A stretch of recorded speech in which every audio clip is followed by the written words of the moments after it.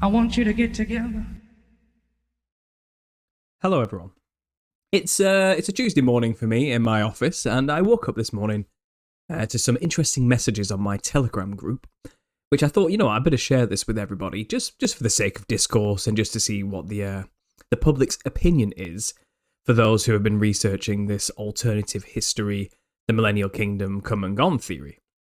And within this body of research, there's this often asked question of, well, what was the mark of the beast then, if most of Revelation has already come to pass? And the beast has already been here, the Antichrist has already come, tribulation has already come upon us.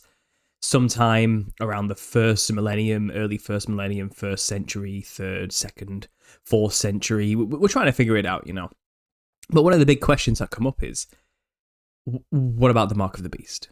And look, I don't have the definitive answer on this. I really don't. We're looking into it. We're trying to see what we can find through the historical records of what can be trusted, even, or what is and isn't valuable. And I will always remember looking back at the work of Shelley from There's No Place Like Home, and I remember her talking about the mark of the beast and the meaning of the word mark as charagma. If I can get that up on the screen for you here.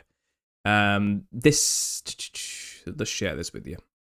So this is pretty much what the mark is in its original Greek. And when you look into this, the word charagma, it basically means stamp or brand of some kind, but it has multiple meanings, such as a Roman imperial stamp, a seal that was stamped on documents with the name and date of the emperor. It could also refer to the emperor's head on coins.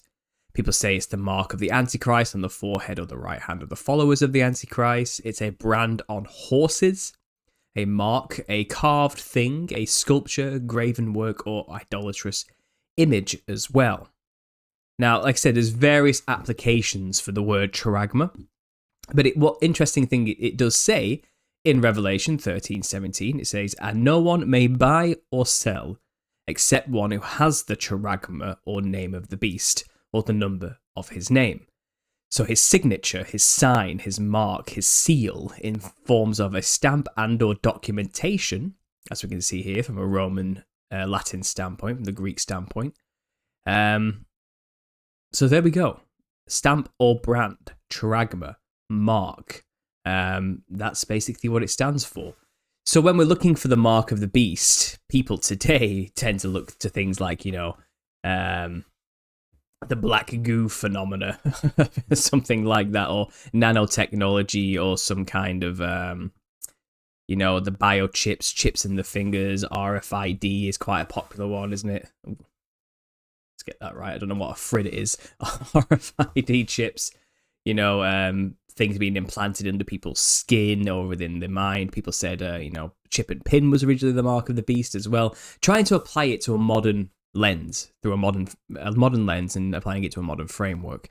What we're doing here in this community is we're saying if it's already happened, then it doesn't actually technically apply to today, and any form of technology we see today is not the mark of the beast. Though it can be a good, it should still be avoided anyway, because it's clearly not in your best interest to take anything into your arm or forehead or anything of a kind that could control you or limit your ability to buy and sell. So we're not encouraging anybody in this research corner to take anything akin to something like a mark of the beast in a modern context.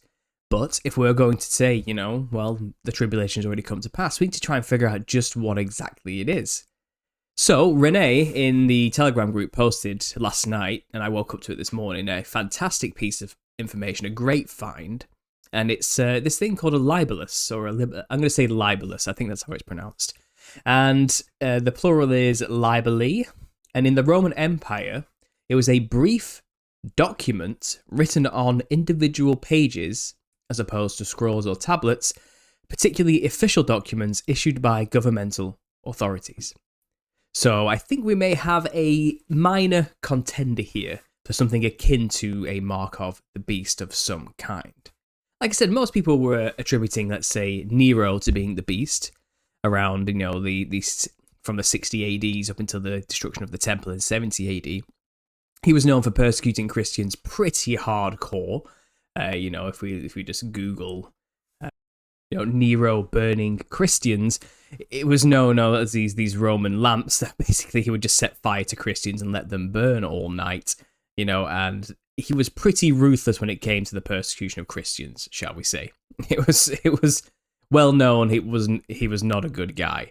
He was pretty brutal. He blamed the fires of Rome on the Christians as well. He was pretty hardcore against Christians and persecuted them pretty bad. It was brutal.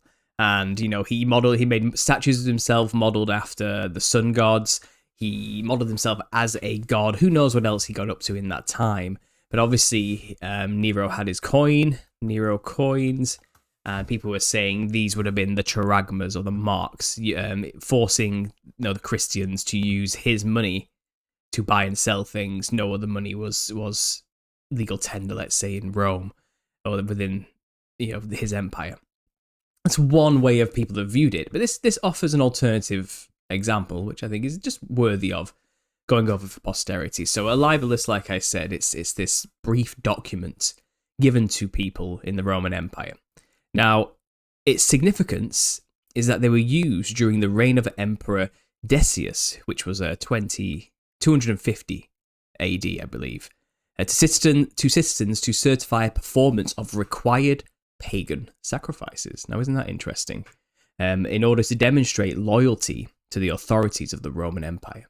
During later periods, libelli were issued as certificates of indulgence in which the confessors or martyrs interceded for apostate Christians.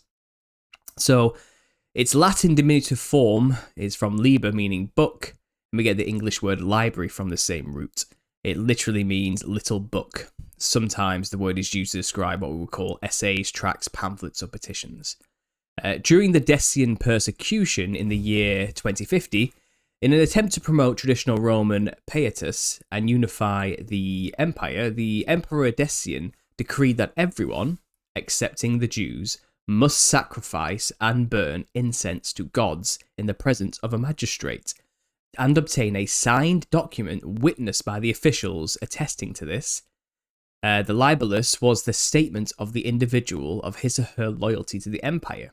The fact that they had rendered the required sacrifice, plus a request for the officials to countersign as witnesses. 46 such certificates have been published, all dating to the same year, 2050 AD. This coincides with the Decian persecution, and 4 libelli are found among the thousands of papyri and archaeological sites near Oxyrhynchus in Egypt.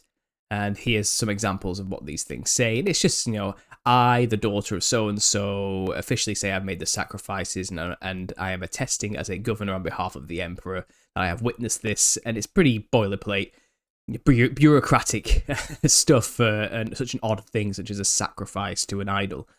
Now, it says here, participating in pagan sacrifices was a sin for Christians and punished by excommunication, because the New Testament forbade Christians to participate in idol feasts.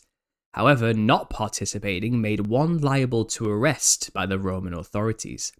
A warrant to arrest Christians was also found in the same place. This too has been dated precisely to the year 256.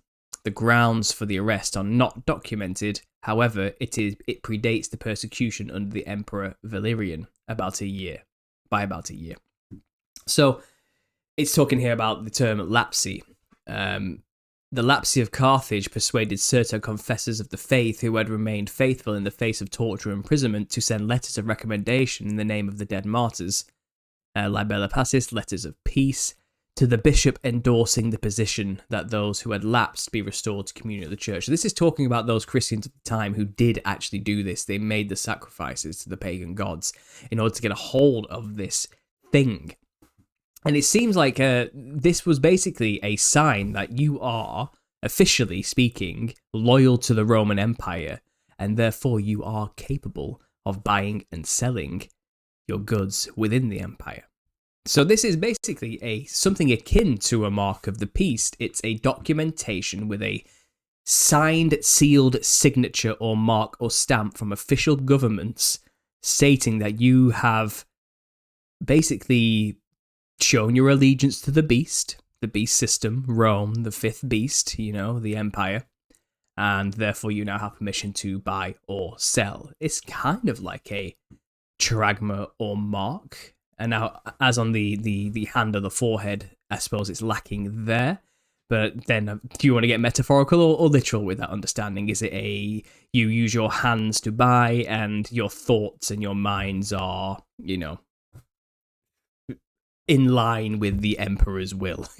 If you want to get metaphorical about what it means to have the mark in your hand and your forehead. So this is an interesting one.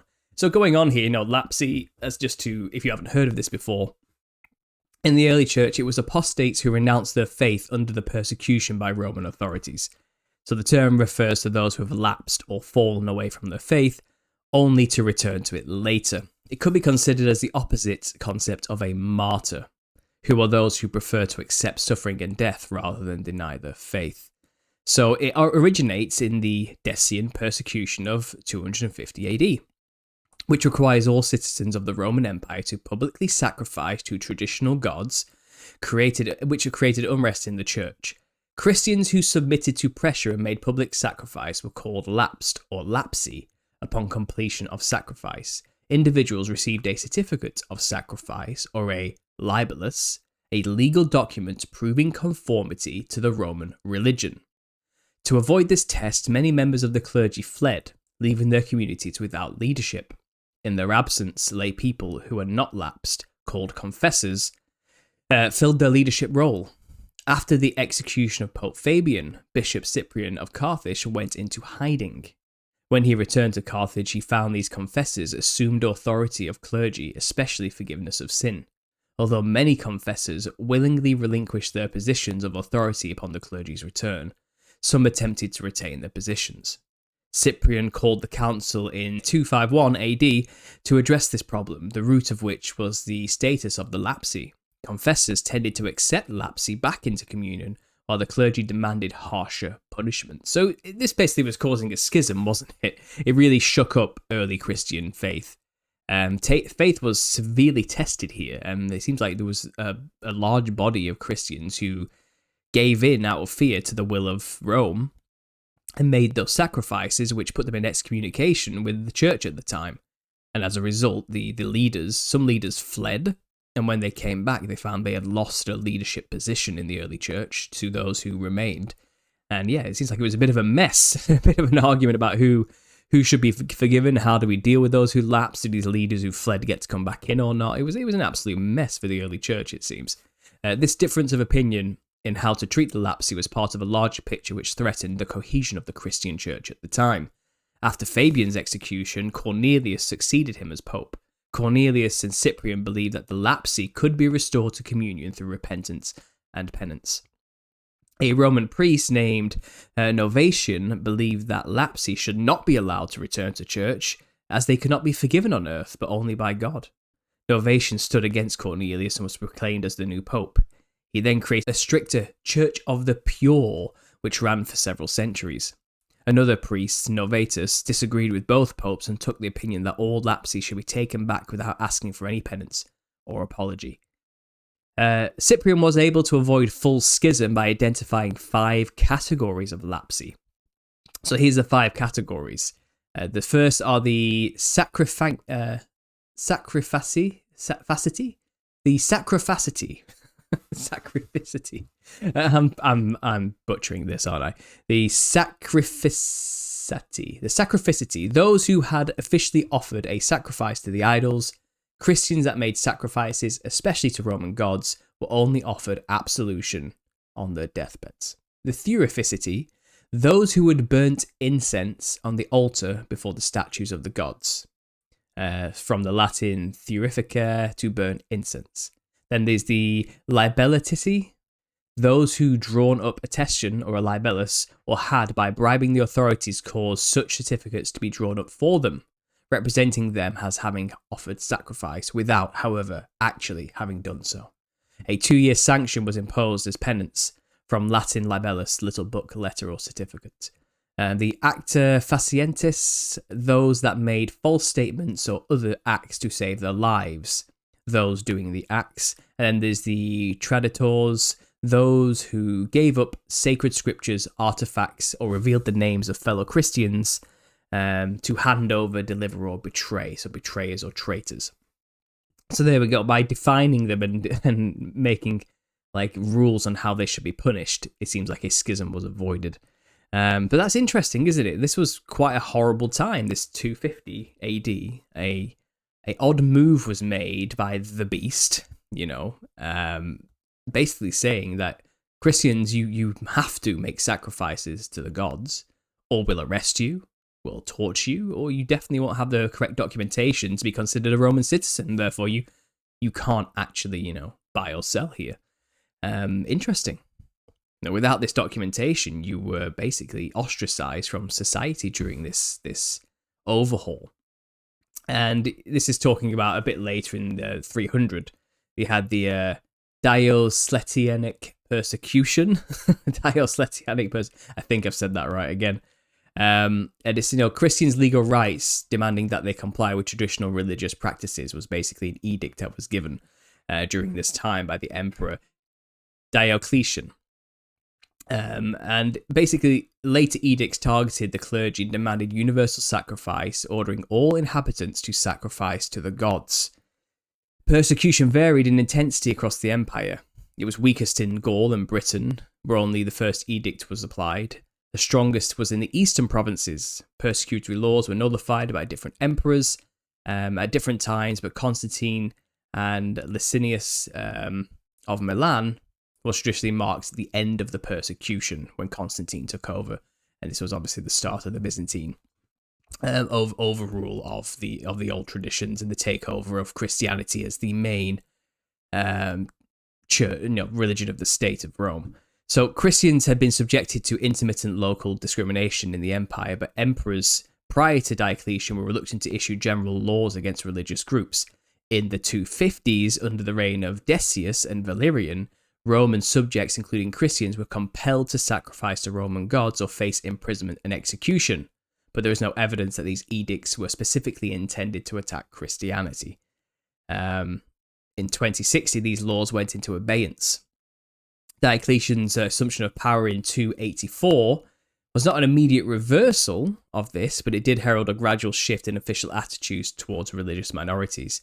In the first 15 years of his rule, he purged the army of Christians, condemned Manichaeans to death, and surrounded himself with the public opponents of Christianity. His preference for activist government, combined with self-image as a restorer of past Roman glory, foreboded the most pervasive persecution in Roman history. So this is where persecution was pretty brutal, but it was coming to an end because it was in the early 4th century, obviously around 300 AD, that things began to change.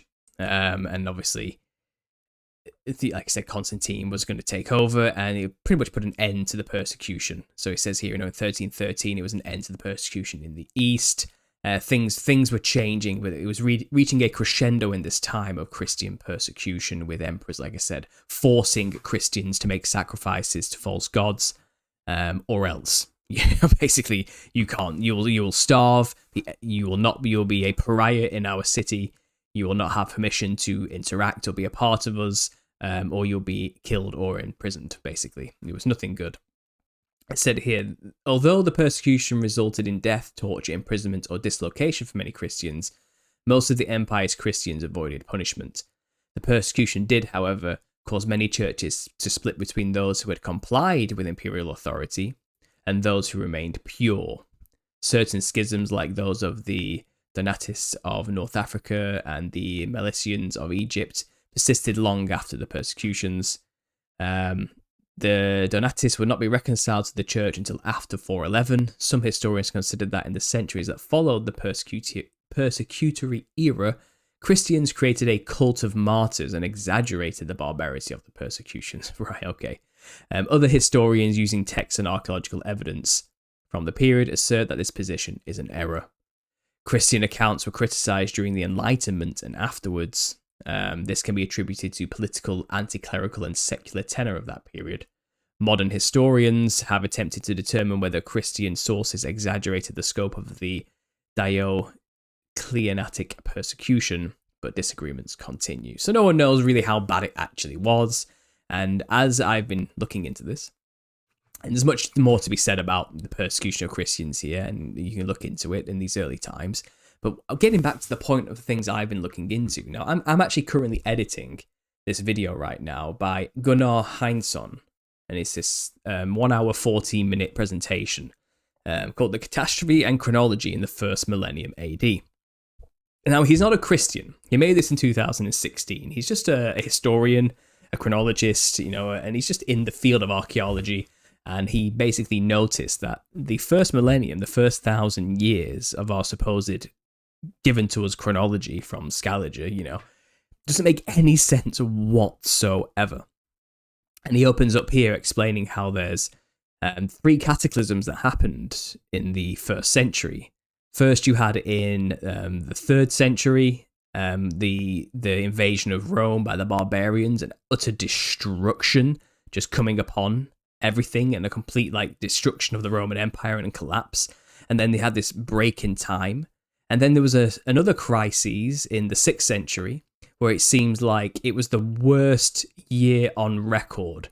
Everything was just terrible. It was awful. Famine, destruction, death, the sun being blotted out, the moon being blotted out, a mini ice age, a complete total crisis, volcanoes going off everywhere, comets all over the place. And then it says in the 10th century, in 930, there was another mysterious collapse of Northern Europe, and of the Scandinavian cultures, and the pagan cultures were all just completely annihilated, and a complete total conversion to Christianity took place. And he's saying this doesn't make any sense, because we don't have the records don't align to these 3 events as being separate things. There's no overlap. It seems like they were all one event that happened at one time. And his overall argument here is, and he goes on to show about how architecture did not change during this 1,000-year period, when we're supposed to have 3 different types of architecture through different stages of antiquity. Now you have antiquity, late antiquity, early Middle Ages, the 3rd, the 6th, and the 10th. All 3 collapses, and no advancement through each population that came out of each cataclysm in archaeological, in nothing. There was no change. And he gave a challenge to archaeologists to check the strata and find layers of each of these types of civilizations, and none exist. There are no layers upon layers of different civilizations out of 35,000 dig sites. As I've got here, trying to show you quickly, 0 have this strata that should be there, showing different layers of different time periods. It seems like they were actually all existing at the same time, next to each other. Therefore, there is no separation of 700 years between these times or events. It all happened at the same time. And he goes on to explain a lot of things here as well towards the end. He's talking about Paul and how in the 9th century, there's a huge revival in Asia of Paulianism type Christianity. Here we go. So they called themselves the Paulicians of Asia Minor. Following the 14 letters of Paul, they called themselves Christians and true believers. They are persecuted by rulers from Constantinople, yet they are non-Trinitarian. Paulicians do not regard Jesus as God. They believe, like 1 Corinthians, like 1st century Christians, that Jesus is the Son of God 700 years before them. So this is the 8th, 9th century, early Middle Ages when this supposedly happened. Yet there's no evidence when Paul's talking about traveling through Asia Minor of Europe and obviously spreading the gospel. And there's no evidence in the 1st century that Asia had anyone called Paul walking around spreading anything. You only hear of a Christian overhaul of Asia in the 8th, 9th century. So there's a 700-year gap there between when Paul was supposedly in Asia and when Asia supposedly actually got Christianity, because there likely isn't a gap. It all happened in antiquity, not the early Middle Ages. And he's showing some amazing evidences throughout all of this, through archaeology, and how you can see the huge discrepancies going through architecture and everything else. Now, I'm editing this, I'm adding more images to what he's saying, I'm breaking it up into sections, I'm going to re-upload it for people to watch, so it's a bit easier to understand, because this guy is just piling information on, and it can get a bit dry and a bit difficult to follow if you're otherwise a layman to this type of thing. So I'm trying to make it a bit more visually understandable, And what we're going to do with this, we're going to sit down with Joe from JT, follows JC, and Vitaly of Alpha Talks. We're going to have a bit of a roundtable discussion. We're going to watch these segments one by one and give a bit of commentary and our thoughts on them as we go through it. So that's what I'm preparing this for. But that being said, if we go back to looking at all this information here, we've been given these dates. 303, 311 is when Constantinople, when the Christendom and the Christian religion became the dominant religion of the Roman Empire. And then obviously we're talking about dates like 2050s when the persecution of Christians was at its full peak. We're talking about 70 AD when the temple was destroyed. We're talking about a lot of different dates here. But what this guy is basically saying is we can't trust any of those dates whatsoever. And I think JT was explaining to me on his website, I haven't looked into it yet, but there's lots of evidence that Constantinople was established in the 1st century, not the 3rd. And obviously, the collapse of Rome. Basically, none of the dates are accurate. Not at all. Even he was explaining here how there's a 300-year gap before we have Christian basilica-styled temples being created. We have Rome, Constantinople, and Jerusalem, and there's no changes whatsoever in architectural style. But he's also explaining how, after Christendom is established, there are no temples being created by Christians for 300 years. The first temple doesn't get created till the 3rd century. And only then in the 3rd century, this is 400 years, only then in the 3rd century do temples get built for Christians, and they're built in the same architectural style as antiquity, as the 1st century. Why would Christians suddenly start building in antiquity style 400 years later? Is it perhaps there wasn't actually a 400-year gap and it did all happen in the 1st century? This is what we're saying, that the timeline is way off. And there are plenty of people out there who have made work against the timeline, trying to explain how it's all, a lie, how it's all wrong.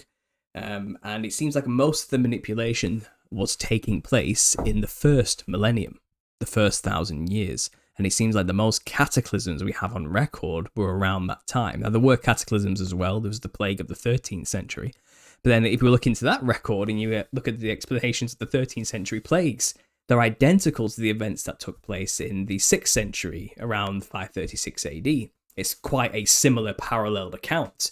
Is it perhaps talking about the exact same event, just with 700 years difference, 800 years difference? We have to understand, this seems to be what's missing. So this person here is attesting 700 years are missing, are just added to our timeline that don't exist. So we're not actually in the year 2024, we're more likely in the year 1400 something or other, give or take.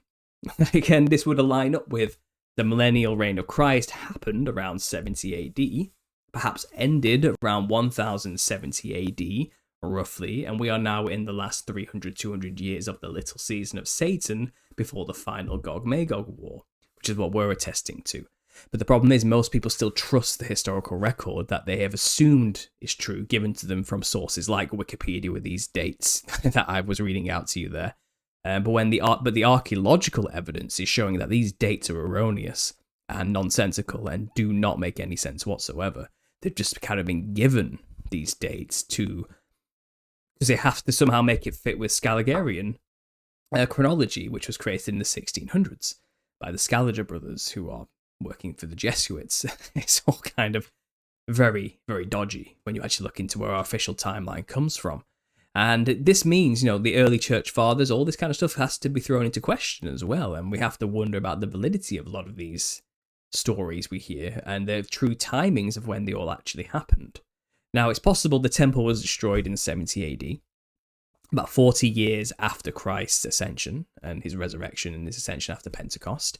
And then we don't know how long it took then to establish the millennial kingdom, if it was instant or if it was more of maybe there was a 50-year period where things were kind of adapting and molding and becoming like the millennial kingdom of Christ. Because don't forget, if there was such a horrific disaster, which basically wiped out all of antiquity, as this guy's explaining, it's been split into 3 separate events over 800 years. That was one giant cataclysmic event that affected all the earth, and as he explains, including China and the Mayan cultures were all eradicated around the same time, and the Norse pagan cultures everywhere was just fully reset around this early millennial period. We don't know exactly how long it took for the tribulation to fully come to an end, or for at least the recuperation of those who went through the tribulation to survive, the survivors coming out from their dwellings or the shelters or whatever happened. It's all up in the air right now. And it seems like maybe tribulation was maybe a 3-hit event that happened in a short period of time. And then obviously not many survivors from the tribulation event, other than, those God had in a way protected, or in some way the martyrs were resurrected after the event. Who knows? Maybe there was some flesh left, just barely. People who just made their way through the destruction by the skin of their teeth. And then an establishment, a new rebuilding effort took place. And it seems like that could have been when everything was buried. This is when the mud flood happened. This is when all the Roman architecture, which is somehow underground by like 50 foot, 30 foot, 20 foot, 10 foot, varying heights all over the earth. This earth-wide architecture we find everywhere of pillars and, like I said, archways and all these type of things. It seems like that may have been when it was all destroyed and when it was all covered, just during this cataclysmic event that went through the first millennium, which is not spread out over 1,000 years through 3 separate events separated by 200 years each, but it's actually just one event that happened sometime between 70 AD and 300 AD.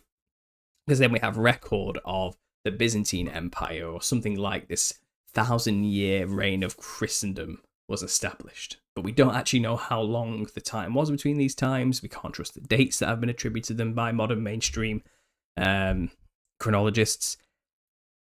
It's all up in the air, guys. And again, this presentation I'm doing now hopefully will show you that we can't just trust what we've been told about the timeline at all.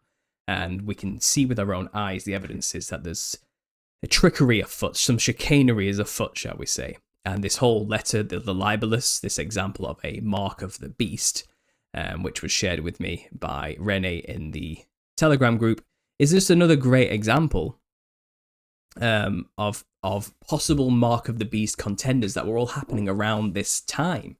There was a huge persecution of the Christians in the early first millennium, and it was happening, dated to many times. Obviously, we got around 66 AD, then we got the destruction of the temple, we have Nero, and then we had the Roman-Jewish wars, and then we had obviously the persecution of Christians throughout that time, slowly progressing to a crescendo in about 2084, and all that time period, that 250-year time period, that 200-year time period, may not be as long as we think it is, but it could have been a time where there was heavy Christian persecution, where the beast empire, run by many antichrist figures who were very much opposed to Christianity and wanted to re-establish worship of the old pagan gods, were forcing on the Christians of those times charagamas, stamps, official documents, marks of some kind that they were required to have, going in full blasphemy against their God, Jesus Christ, in order to survive within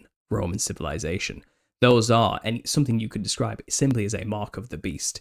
So there are contenders, and there are things we can show people that say, we're not looking to the future for these things to happen. The early first millennium had plenty of good examples showing that it has already happened. So there we go, guys. Just some thoughts, just something to share with you guys. I thought it was interesting. I'm going to leave it there. Thanks for listening, and as always, God bless.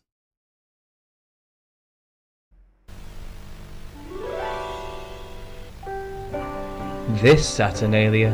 Imagine a world where the truth was accessible and relatable. Where red baubles on a Nimrod phallus are forever changed. A solstice celebration where conspiracy and intrigue carry you away. Experience The Nephilim Looked Like Clowns, the perfect book for your weird way of life. Direct from Europe, this highly rated research has warmed the hearts of millions in time for the frosty season. Be inspired by timeless biblical questions such as, what the hell is Satan's problem? Ham did what to Noah? Was the pre-flood world really that bad? And if classic questions aren't your thing, and you prefer your Yuletide to be extra occult, take a trip to the unknown with the spine-chilling Hatman to the psychedelic realm of demonic jesters. You'll get 20 obscure and tantalizing chapters. No other book gives you the feeling of pure vindication towards your childhood fear of clowns. Each paragraph brings the wonder of Christ's sacrifice into your home. For this commercialized nonsense holiday, there's no greater gift for your family than a guide to effective spiritual warfare. Order now and get that edgelord of a teenage child of yours to Christ this winter. Sometimes in this little season, it takes clowns to get them there. To get your copy, do not call the number on screen, which is being used as a placeholder reminder of a bygone time. And don't send a check to any PO box because this is not the 90s anymore. Simply type in "The Nephilim Look Like Clowns" on Amazon to get your copy just in time to lock yourself away from the world and wait out the pagan festivities.